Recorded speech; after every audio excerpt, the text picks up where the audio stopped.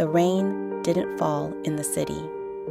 It swept across it, turning the midnight streets into a blur of neon reflections and slick pavement. At the old train station, the world felt smaller, reduced to the hum of flickering overhead lights and the rhythmic tap, tap, tap of a cello bow against a leather case. Elias sat on the wooden bench, his fingers absently tracing the edge of his instrument. He was trying to find the missing bridge of a melody that had been haunting him for weeks. He hummed a low, mournful note, then sighed, letting his head rest against the cold station wall.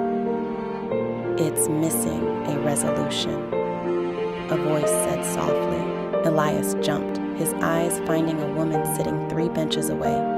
She was bundled in a thick charcoal gray coat, a sketchpad resting on her knees. Her fingers were stained with pencil lead, and her eyes were bright, curious. "Excuse me?" Elias asked, pulling his coat tighter. "The melody," she said, nodding toward his cello. "You've been humming it for 20 minutes.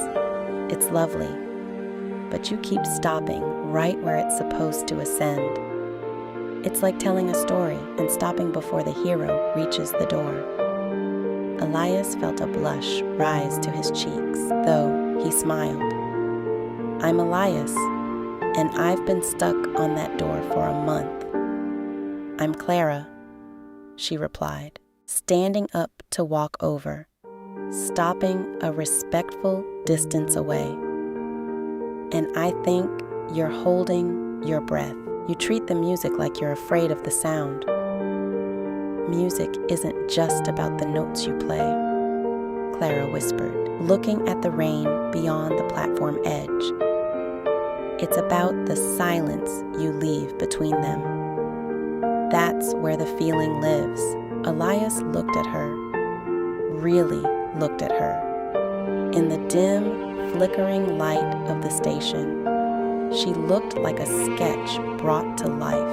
Sharp lines, soft edges, and an intensity that made the surrounding rain fade into the background.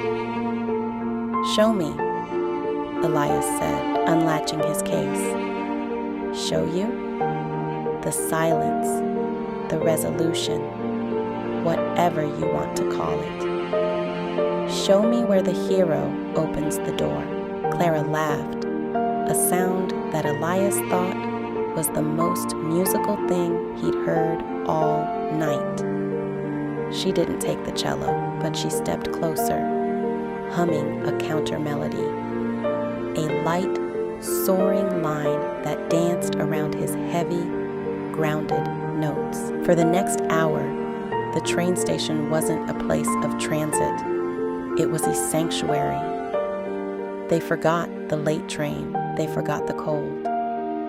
They wove a tapestry of sound and conversation, trading stories about why they were out at this ungodly hour. He, returning from a failed audition. She, escaping the suffocating silence of an empty apartment. When the distant rumble of the approaching train finally vibrated through the floorboards, they both stood up, a sudden, sharp reality crashing back in. The train was arriving.